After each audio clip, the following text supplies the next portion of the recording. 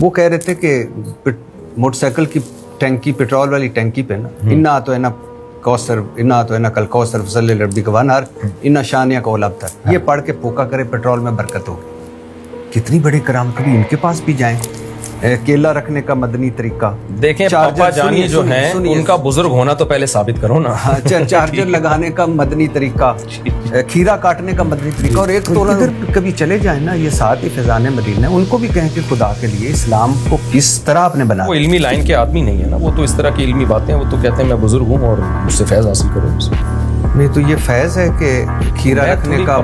شرعی طریقہ مجھ سے نہیں، میں آپ کو ایز عالم پوچھ رہا ہوں کہ یہ شرعی طریقہ نہیں، ایسا کوئی شرعی طریقہ نہیں ہے کھیرا کاٹنے کا، نہ کیلے کو قبلے کی طرف رخ کرنے کا۔ اور آپ نے اپنے کبھی کسی اسٹوڈنٹ کو کہا نہ تو ہے نا کل کوثر پڑھا کے کہ آپ تیرے پیٹرول میں برکت ہوگی؟ میں تو ان وظیفے والوں جو من گھڑت وظیفے بتاتے رہتے ہیں ان کے ویسے ہی بہت خلاف ہوں، صبح شام باتیں۔ میں ایک سن رہا تھا ٹی وی پہ، وہ کہہ رہا تھا کہ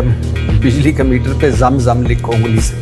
وہ آ رہا ہے آزاد جمیل۔ ہاں یہ کون فلم ہے؟ میں کسی کا نام لے کے رد نہیں کرتا، میری عادت نہیں ہے، لیکن بعض لوگوں کا نام لے کے رد اس لیے کرنا پڑتا ہے کہ لوگ ان کو علماء سمجھ رہے ہوتے ہیں، اہل حق میں سمجھ رہے ہوتے ہیں، بعد میں جب ان سے بڑے بڑے بلنڈر ہوتے ہیں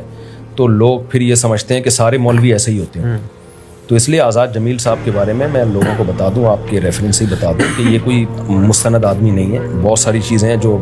بلا وجہ ایسی کسی کے بارے میں بات کرنا مناسب نہیں ہے، لیکن یہ کوئی مستند آدمی نہیں، نہ یہ مسائل کا علم جانتے ہیں، کچھ بھی نہیں۔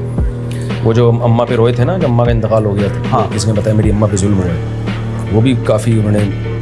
کیا بتاؤں میں، کافی کوشش کی تھی ایکٹنگ کرنے کی جو صحیح طرح سے ہوئی نہیں اس سے۔ یعنی میں حیران ہوں، ان پہ کمپلینز ہیں، ان پہ کچھ الزامات ہیں، یہ میں حیران ہو گیا کہ انہوں نے کہا کہ زمزم لکھیں میٹر پہ، پھر تو ماشاءاللہ جتنی بجلی ہو بل اتنا ہی آنا چاہیے، اس میں کم دینا تو ناجائز ہے، وہ تو